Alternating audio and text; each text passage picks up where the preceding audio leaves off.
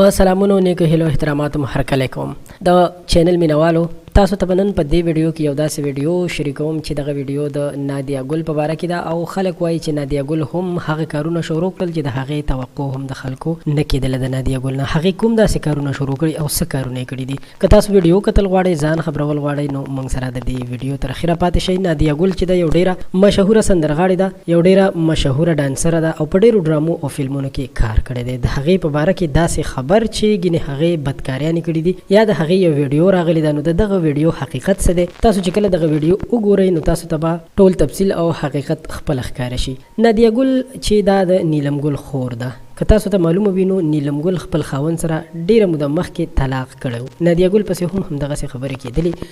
او ویل کېدل چې هغې هم بېهوده کارونو ته ملا تړلې، بېهوده کارونه شروع کړي دي. اوس د نادیه ګل په باره کې داسې خبرې ځکه کېږي چې د دې خاوند هم بیمار دی، د خاوند نه خپه هم کټ شوې ده او خلک وایي چې اوس دوی د ډېرې غریبۍ نه دې کارونو ته لاس اچولی دی. خو د ټولو نه اول به یو څو خبرې در سره وکړم، بیا به د هغې نه پس تاسو سره د دې هغه ویډیو هم شریکه کړم. دوستانو دوی چې دي دوی 3 خویندې دي او 3 واړه خویندې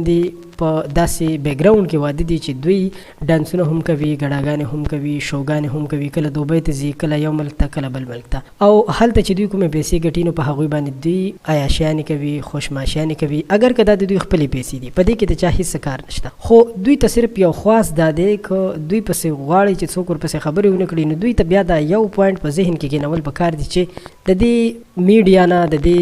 ګندګۍ نه، ډانسونو نه، د دې نه کناره کشي اختیار کړي، د الله طرف ته مخه وکړي. زمونږ هېڅکله هم مقصد دا نه دی چې یو چا پسې بدې ردې ووایو، زمونږ مقصد هم دا وي چې دوی په دې هر څه باندې پوه شي او د دې هر څه نه توبه وباسي. نو د دې ویډیو مقصد مو هم دغه و چې که دوی دا هر څه پرېږدي نو هېڅوک به هم د دوی نه ویډیوګانې لیک کړي، نه به دوی پسې څوک خبرې